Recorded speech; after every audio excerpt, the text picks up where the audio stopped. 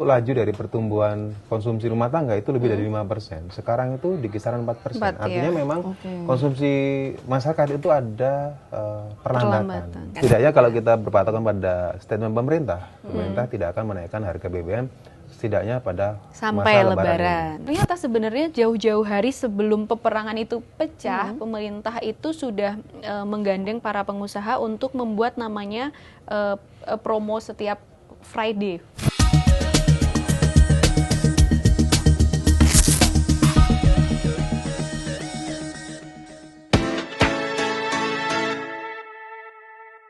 Halo sahabat Kompas, kembali lagi di Bongkar Data. Kali ini kita akan membahas seputar ekonomi Lebaran. Karena kita tahu kalau saat Lebaran mungkin teman-teman sudah pada di pulang kampung gitu ya. Banyak yang bagi-bagi THR, ada juga yang berbelanja nih buat oleh-oleh keluarga di kampung halaman gitu. Tapi rasa-rasanya di saat ini ada banyak juga nih keresahan terkait dengan kondisi ekonomi dan juga geopolitik yang juga berpengaruh gitu ya terhadap perekonomian kita saat ini.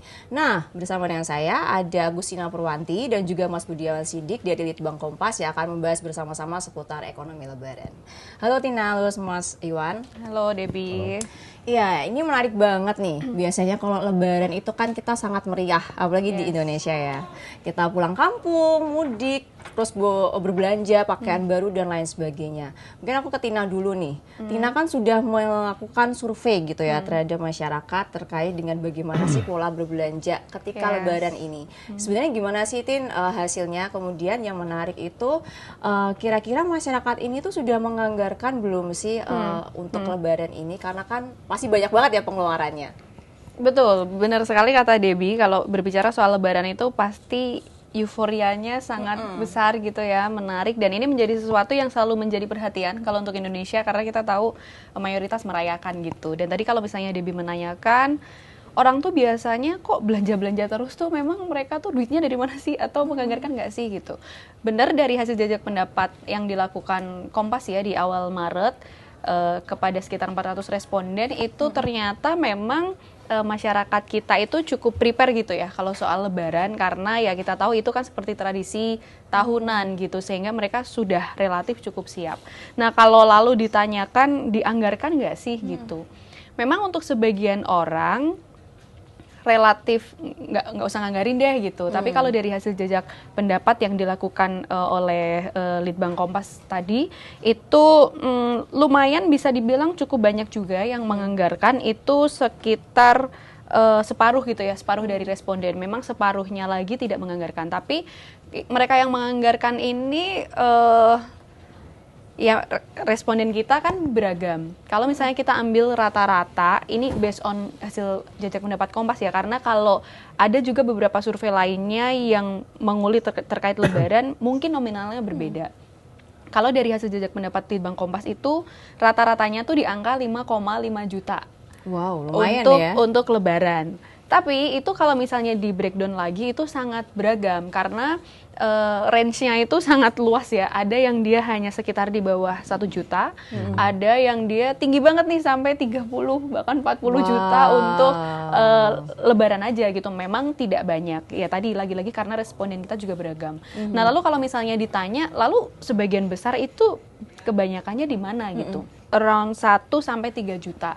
Ini bisa dibilang normal, dan ini cenderung agak mirip gitu ya sama tahun-tahun sebelumnya juga. Kebanyakan masyarakat itu di angka segitu karena rasanya itu kebutuhan yang cukup ideal ya untuk anggaran Lebaran yang tadi Debbie bilang, untuk mudik, mungkin untuk beli baju baru atau untuk kebutuhan lainnya, makanan minuman yang biasa identik dengan Lebaran. Yang berikutnya itu adalah di angka ya 3 sampai 5 juta, itu angkanya lumayan banyak ya.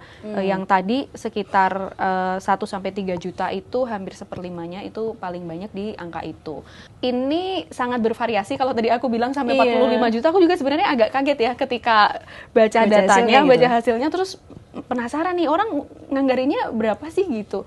Ternyata ada juga yang tadi aku sebutkan sampai 45 juta, meskipun itu kecil memang. Tapi kalau misalnya dikelompokkan gitu ya, yang mereka memang anggarannya itu lebih dari 10 juta, itu ada sekitar 3,6 responden. Jadi memang cukup kecil gitu ya? Betul, karena mungkin dia mudiknya ke luar pulau, bisa jadi. Atau berkeluarga, jadi biayanya lebih tinggi, spendingnya gitu ya? lebih besar gitu kan. Jadi mungkin kemana dia akan bepergian atau mudik ketika Lebaran, dan aktivitas apa saja yang dilakukan dan apa saja yang dibelanjakan itu tentu akan sangat berpengaruh ke pengeluarannya. Jadi tadi intinya mereka sebagian besar mempersiapkan separuh, tapi memang ada juga sih yang nggak menganggarkan gitu. Sehingga makanya kalau dilihat kok belanja-belanja ya memang mereka tuh menganggarkan untuk Lebaran gitu.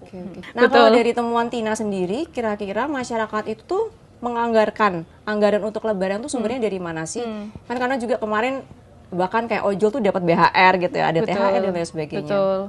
Ini menarik, Deb, karena ya tadi ketika masing-masing orang juga beragam anggarannya, dari mana mereka punya sumber dana untuk keperluan Lebaran itu juga sangat beragam. Tentu kalau berbicara soal Lebaran itu pasti identik juga dengan THR gitu ya, karena hari Lebaran dapat tunjangan hari raya. Ada juga bagian dari responden yang mereka menganggarkan dari THR, karena di dalam jajak pendapat itu kita juga menanyakan emang dapat THR nggak sih gitu, dan ternyata lumayan banyak juga dari responden kita yang mereka mengaku mendapatkan THR, meskipun memang ada yang mereka ya biasanya kalau THR itu misalnya katakanlah di pekerja formal gitu ya. Sudah ada hitungan pasti kalau THR mungkin ada yang 100% dari gaji. Jadi sudah bisa dibayangkan dia kira-kira dapat berapa gitu. Memang ada yang sesuai dengan ketentuan yang ada. Tapi in this situation gitu ya, ada yang memang tetap mendapatkan meskipun nominalnya tidak sesuai yang ditentukan begitu.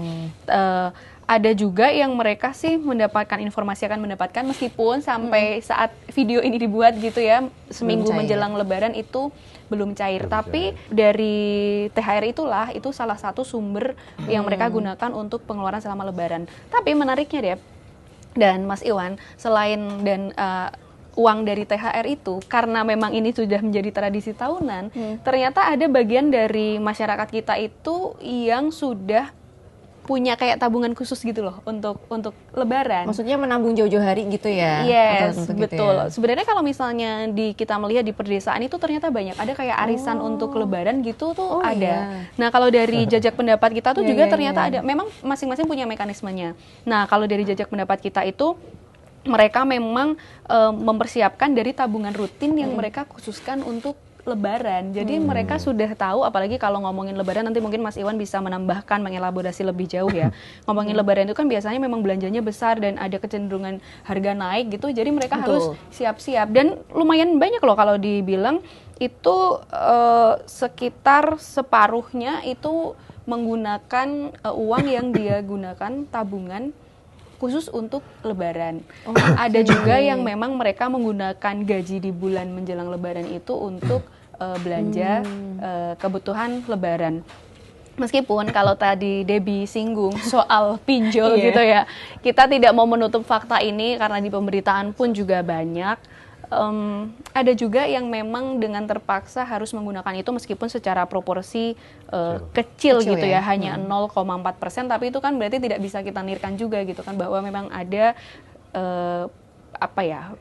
perilaku atau kecenderungan seperti itu. Atau mungkin juga yang mereka dapat support dari anaknya, misalnya kayak Debbie, mama nih mau Lebaran nih di rumah gitu, kirimin duit dong kirim gitu duit. ya. Nah jadi sumbernya beragam, tapi kalau kelompok besarnya tadi lebih dari THR, kemudian memang anggaran yang mereka khususkan untuk tabungan Lebaran. itu ya, yang dikhususkan gitu. Betul. Nah ini menarik banget ya, karena kalau kita lihat dalam beberapa minggu ini, kalau aku lihat secara pribadi, kalau aku pergi ke mall dan lain sebagainya itu masih ramai. Sementara Tina tadi juga bilang gitu ya, survei membuktikan bahwa ada banyak orang juga melakukan memberikan uangnya khusus untuk Lebaran dengan jumlah yang tidak sedikit juga.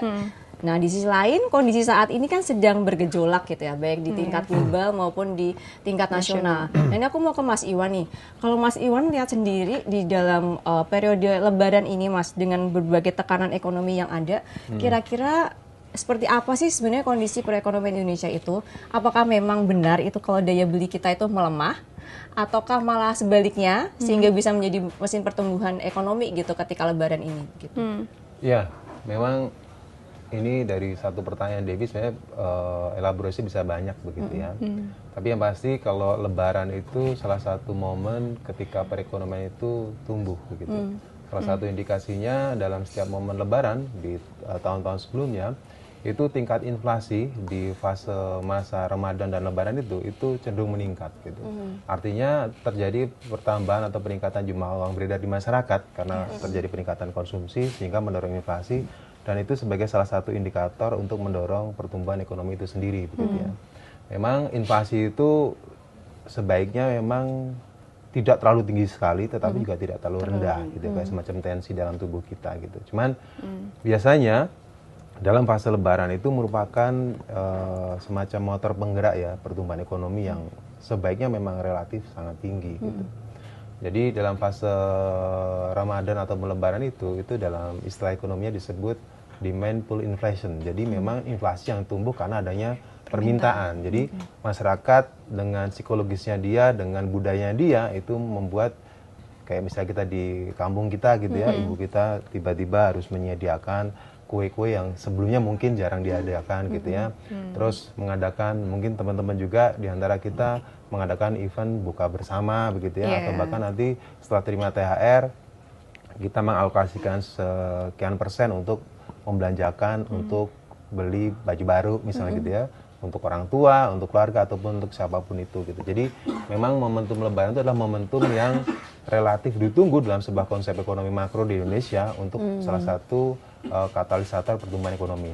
Nah, bagaimana dengan kondisi saat ini? Memang kalau kita bicara dari pertumbuhan ekonomi secara nasional di tahun 2025 kemarin gitu ya, itu kan pertumbuhan kita itu kan 5,11% ya Tina ya, kalau nggak salah ya. Dan itu kalau kita dari proporsionalnya kelompok pengeluaran konsumsi rumah tangga itu masih mendominasi. Cuman kalau kita lihat dari seriesnya itu kan sekarang 53, sekian persen ya. Kalau kita bandingkan dengan periode sebelumnya itu kan kontribusi dari belanja masyarakat konsumsi rumah tangga itu kan 54%. Artinya kalau kita dari sisi presentasinya itu terjadi penurunan.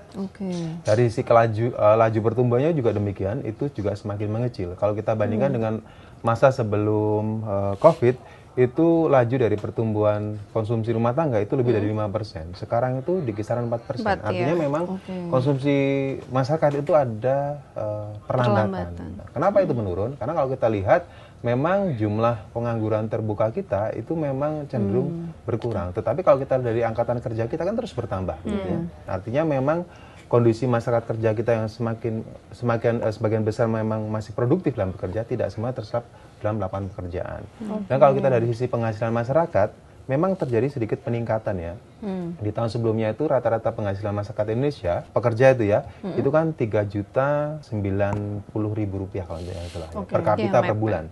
Sekarang meningkat menjadi 3.300.000 sekian per kapita per bulan gitu ya. Itu apapun sektor pekerjaannya, apapun background dari latar rata-rata ya Mas ya. Rata-rata secara nasional begitu. Memang kalau kita lihat dari sisi penghasilan memang sedikit meningkat gitu. Tetapi kalau kita lihat dari presentasinya memang sepertinya belum semua masyarakat kita terserap di sektor formal. Memang mayoritas proporsi penduduk kita masih bekerja di sektor informal yang notabene itu penghasilan mereka relatif tidak konsisten atau cenderung tidak seajak teman-teman yang bekerja di bidang formal. Kondisinya itu memang secara ekonomi relatif daya belinya itu ada kecenderungan semakin menurun gitu ya kalau itu dari persentase konsumsi rumah tangga. Kira-kira dengan kondisi makroekonomi saat ini apakah akan berdampak begitu ya? Memang kalau kita lihat dari bahasanya ini kan kasus geopolitik yang terjadi jauh gitu ya, ribuan kilometer dari Indonesia terkait dengan konflik katakanlah Amerika Israel menyerang dengan Iran begitu ya. Dan itu kebetulan Iran memiliki choke point yang luar biasa di Selat Hormuz, di mana hampir 20% distribusi minyak yang diekspor dari Timur Tengah itu melalui choke point itu gitu ya. Dan itu tentu saja akan berdampak serius terhadap kondisi makro, terutama dari sisi harga energi gitu ya. Kalau kita lihat dari tren kenaikan harga energi, itu sempat mencapai 106 US dollar per barel gitu ya. Minyak Terus mentah. beberapa saat kemudian sempat turun di angka 80-an, sekarang naik lagi di 90-an, hampir 100 lagi. Artinya memang kondisinya belum stabil gitu. Nah, ini tentu saja akan berpengaruh terhadap anggaran kita terutama ya, anggaran pemerintah kita dalam membeli minyak dari luar negeri gitu ya. Karena kebetulan hampir 84-85% konsumsi BBM di Indonesia itu merupakan BBM bersubsidi. Ya kan? Dan kebetulan barang yang mayoritas barang subsidi itu sebagian besar itu diimpor dari asing. Kebutuhan kita tuh sekitar 1,6 juta barel per day, produksi kita itu hanya sekitar 700.000 barel per day, jadi kita mengimpor sekitar 900 atau bahkan sampai 1 juta barel per day dari luar negeri gitu ya. Bisa dibayangkan dengan harga minyak yang meroket, tentu saja negara harus mengalokasikan anggaran yang lebih untuk menyuplai distribusi BBM ke seluruh Indonesia, yang notabene 84% itu adalah barang subsidi. Dan bisa dibayangkan tekanan secara fiskal itu sangat besar, karena secara makroekonomi pemerintah itu hanya mengalokasikan sekitar ICP itu ini ya, harga minyak mentah di Indonesia itu sekitar 70 dolar Amerika per barel gitu ya. Nah, tapi kira-kira dalam fase lebaran ini apakah akan berdampak? Nah, kalau kita mengacu dari statement pemerintah, dalam masa lebaran ini pemerintah menjamin kurang lebih ya tidak akan menaikkan harga BBM sampai lebaran itu selesai. Nah, bisa jadi ini maknanya memang selama fase lebaran ini atau bahkan sampai nanti hari raya, sampai nanti teman-teman yang sudah mudik dan balik lagi ke tempat masing-masing itu memang tidak ada perubahan harga energi atau BBM ini gitu ya. Tapi bukan tidak mungkin nanti fase lebaran itu udah usai, bisa jadi pemerintah akan mengubah skema ini. Bisa jadi begitu ya, atau bisa jadi sebaliknya. Nah, kalau mengacu dari statement pemerintah, katakanlah memang pemerintah tidak menaikkan harga energi atau harga BBM, ya saya rasa kenaikan harga yang terjadi saat ini itu masih sifatnya alamiah. Artinya bukan sesuatu yang didorong oleh, kalau tadi kan demand pull inflation ya, bukan karena cost push inflation. Jadi bukan karena biaya yang didorong oleh perubahan harga-harga karena perubahan harga energi tadi. Jadi saya rasa kalau sekarang pun terjadi fenomena terkait dengan kenaikan harga itu alamiah, karena memang secara alamiah masyarakat membelanjakan uangnya untuk menyambut Ramadan ini. Dan gitu. itu biasa terjadi. Dan itu biasa terjadi tahun-tahun sebelumnya. Artinya memang sedang ada tekanan juga dari luar, akan tapi harusnya tidak sebegitu khawatirnya gitu ya, karena pemerintah berusaha menjamin untuk fase ini. Betul. Tidak terjadi tekanan terkait dengan energi, karena pemerintah tidak akan menaikkan harga energi itu sendiri. Gitu. Karena perubahan harga energi itu sangat masif dampaknya secara inflasi. Karena apapun barang dan jasa yang berpindah, yang didistribusikan menggunakan kendaraan yang berbasis energi fosil, itu pasti akan meningkatkan biaya dan akhirnya mendorong harga menjadi lebih mahal. Gitu. Karena kalau nggak berusaha ditekan tuh bisa ngeri banget tuh, bisa inflasi aja sekarang udah sangat tinggi kan dengan situasi kemarin yang belum sangat terdampak oleh perang gitu ya. Nah, ini menariknya adalah survei dari Litbang Kompas, kekhawatiran masyarakat tuh juga mengarah ke situ nih Mas Iwan. Jadi selama lebaran itu mereka khawatir bahwa ketika mudik biaya BBM naik sehingga biaya mudiknya tuh membengkak. Padahal tadi nganggarinya cuma 3 juta gitu. Kalau tiba-tiba membengkak dan kayak gitu kan jadi khawatir. Nah, itu juga menjadi isu-isu yang sementara kayak gimana ya, dipertanyakan oleh para warganet gitu loh Mas. Jadi mungkin Mas Iwan bisa menjawab, dan tadi sudah terjawab ya, sebenarnya pemerintah sudah menjamin gitu, tidak ada kenaikan. Setidaknya kalau kita berpatokan pada statement pemerintah tidak akan menaikkan harga BBM setidaknya pada sampai masa lebaran. Oke. Jadi untuk sedikit menenangkan lah. Setidaknya itu ya yang aman dulu ya teman-teman. Nah, ini menarik banget. Tadi Mas Iwan juga bilang bahwa kalau dilihat dari trennya dibanding tahun lalu tuh ada pelemahan gitu. Nah, mungkin Tina bisa menceritakan gitu, adakah hasil survei yang melihat bahwa ada tren itu juga di kalangan masyarakat dari hasil survei Litbang Kompas? Iya, ini sebenarnya simultan ya, karena tadi masyarakat dan ekonomi itu kan saling mengisi, apalagi disampaikan bahwa yang memboost ekonomi kita ini tuh paling besar memang masih dari masyarakat. Nah, karena berbicara soal perang ini kan memang baru, tapi sebenarnya situasi gloomy ekonomi, maksudnya perlambatan ekonomi itu kan sudah terjadi dari sebelum-sebelumnya. Kalau kita mau agak baca rentetannya kan ibaratnya ya 2019 itu masih oke lah. Tiba-tiba 2020 ada COVID, seluruh dunia memang sudah ada pemulihan, tapi kayak baru mau pulih, tiba-tiba 2002 yang lalu ada tuh Rusia dengan Ukraina yang itu kan juga pengaruh ke energi banget. Waktu itu juga harga minyak kan juga naik sampai ya Mas. $10 Betul, lebih tinggi. Dan itu ternyata juga belum sepenuhnya pulih nih, seluruh dunia termasuk Indonesia masih berjuang untuk pulih dengan berbagai dinamikanya, adalah ini gitu. Nah, ternyata dari rentetan itu cukup juga berdampak kepada pendapatan responden itu sendiri. Ya masyarakat kita lah. Nah, kalau yang ketangkap dari hasil jajak pendapat Litbang terkait dengan persiapan Lebaran ini, ternyata memang situasi ekonomi yang agak gonjang-ganjing ini cukup berpengaruh, Deb. Mungkin kita ngelihat ya, tadi Debbie juga mention soal bukber biasanya kalau Lebaran. Itu kayaknya masa-masa sebelum COVID itu rame banget. Iya, benar. Ketika COVID udah mau pulih itu rame juga karena orang udah haus akan bukber ketika COVID nggak bisa gitu kan. Tapi tahun lalu tuh mulai agak kebaca bahwa kayak bukber kayaknya nggak terlalu rame deh. Nah, tahun ini tuh juga kayaknya nggak seramai sebelumnya kan, kalau mungkin Debbie perhatikan juga Mas Iwan, dan sempat juga menjadi diskusiku dengan beberapa teman-teman, iya ya kayaknya bukber-bukber kali ini nggak terlalu rame ya gitu, karena beberapa orang cukup khawatir, dan itu ketangkap dari hasil jajak pendapat ya, ketika ditanyakan soal penghasilanmu tuh gimana sih kondisinya sebelum Lebaran. Ada dua kondisi, memang mayoritas mereka mengatakan sebenarnya ya nggak terjadi apa-apa, nggak naik, nggak turun, ya stagnan di situ-situ aja deh gitu. Itu separuhnya bilang gitu. Tapi separuh lainnya ini tuh agak terbelah nih. Ada yang memang bilang meningkat pendapatannya sebelum Lebaran karena memang tadi biaya-biaya untuk Lebaran kan banyak. Itu yang meningkat itu ada sih sekitar 20%. Tapi 26% atau yang lebih tinggi itu ternyata mengalami penurunan pendapatan menjelang Lebaran. Penurunannya ini beragam ya. Tadi dari 26% itu sekitar 12%-nya bilang pendapatannya justru menurun karena memang gajinya berkurang. Terus ada juga yang menurun karena PHK, ya mau gimana, tetap berpendapatan sih, tapi karena terdampak PHK kan tadi Mas Iwan juga bilang masih struggle juga nih soal lapangan pekerjaan. Itu, dan ada yang menurun karena pendapatan usahanya dia melambat juga seperti tadi. Ini kan simultan semuanya ya, ekonomi kondisinya sedang tidak baik, mereka yang punya usaha pun pendapat revenue dari usahanya nggak setinggi sebelum-sebelumnya. Kami sih membacanya ada yang memang lagi-lagi separuh itu nggak ada perubahan, jadi mereka menganggarkan yang sama dengan tahun lalu.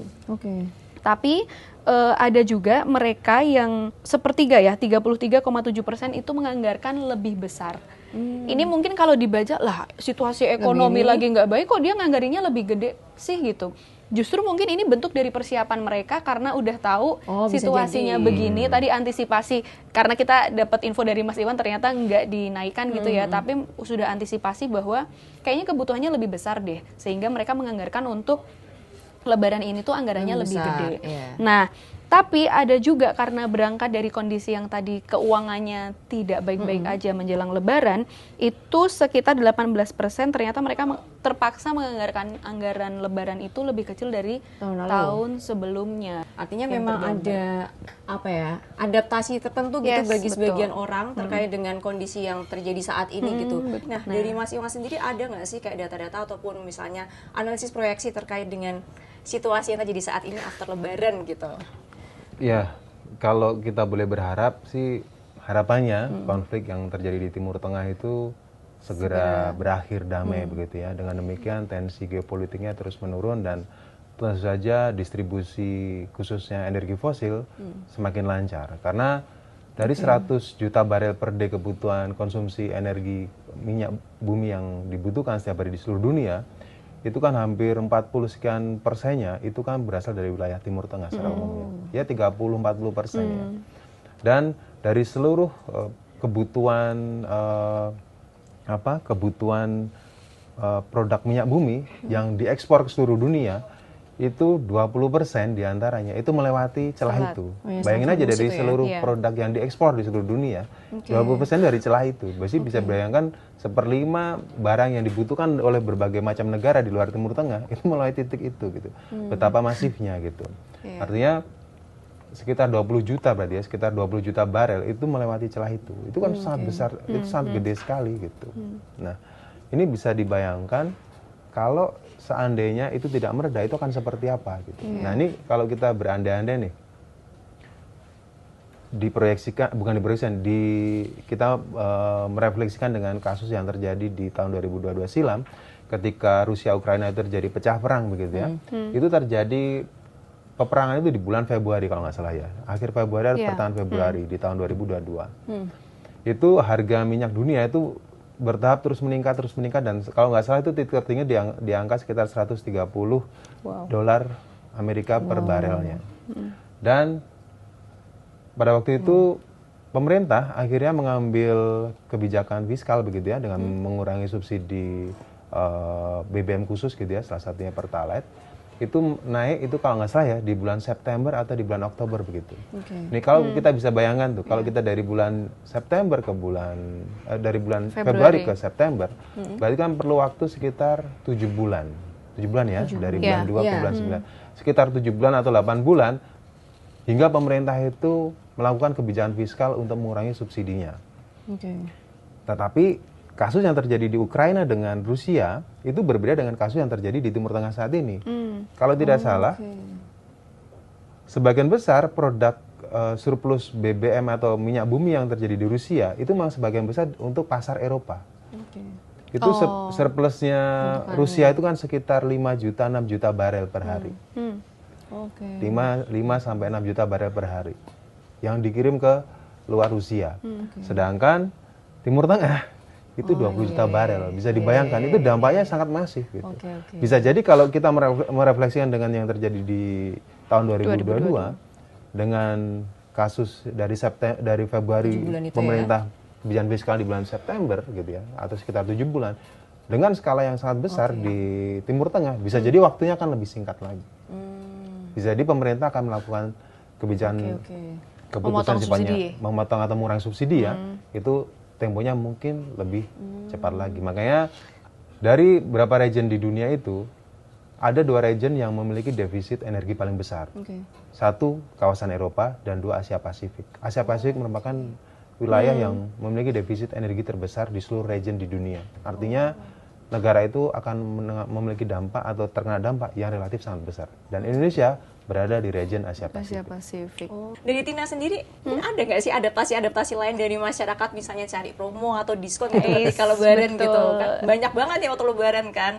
Menarik banget karena mungkin kita sebagai konsumen juga kadang menerapkan itu dan berangkat dari itu tuh ketika menyusun pertanyaan untuk ditanyakan ke responden, aku juga penasaran nih, apakah kebiasaan kita yang indis ekonomi jadi tetap ibaratnya perlu ngerem tapi tetap mau konsumsi gitu kan. Nah, adalah sekarang fasilitas namanya promo. Terus akhirnya ditanyakan juga nih ke responden, apakah di momen seperti ini, apalagi terutama menjelang lebaran itu juga responden ini juga menggunakan promo nggak sih gitu. Menarik deh, ternyata kayaknya perlakuannya hampir mirip sama yang kita lakukan deh. Sering. Nah, itu mayoritas memang mereka cukup memanfaatkan adanya promo ini gitu ya, karena ya mungkin di pasar, kalau di pasar kayaknya agak jarang ya ada promo-promo. Lebih nawar ya kalau di pasar. Lebih ke nawar. Nah, itu belum tentu juga. Nah, kalau misalnya berangkat dari jajak pendapat ini kan kita memang masyarakatnya lebih ke menengah atas di perkotaan ya. Karena memang sengaja disetting untuk menangkap lebaran karena juga berkaitan dengan mudik. Nah, masyarakat perkotaan ini kan biasanya kalau belanja juga ke mall lah, ke swalayan yang memang mereka juga banyak mengadakan promo gitu.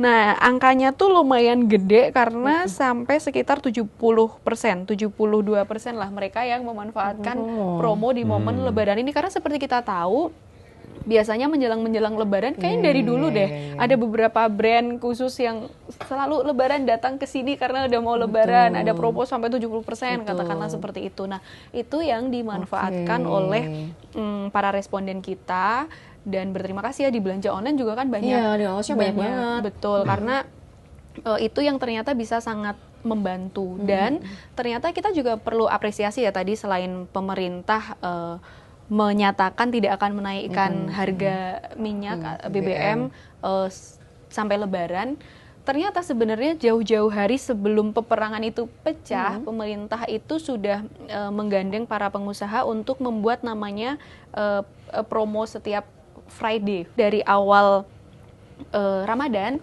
sampai ketika Lebaran itu promo besar-besaran dan biasanya paling gede tuh setiap hari Jumat. Harapannya meskipun situasinya bisa dibilang agak kurang menguntungkan gitu, tapi di tengah euforia Lebaran yang orang pengen berbelanja itu tetap bisa berbelanja dengan harga yang relatif lebih bisa ditekan dengan promo itu, dan ternyata ketangkap juga dari hasil jajak pendapat gitu. Selain itu bisa tetap menggerakkan konsumsi dan juga ekonomi juga ya, karena bagi pengusaha juga. Seperti tadi Mas Iwan bilang kan, Lebaran ini selalu menjadi booster paling gede di dalam satu momentum tahunan selain misalnya pesta demokrasi kayak pemilu gitu kan.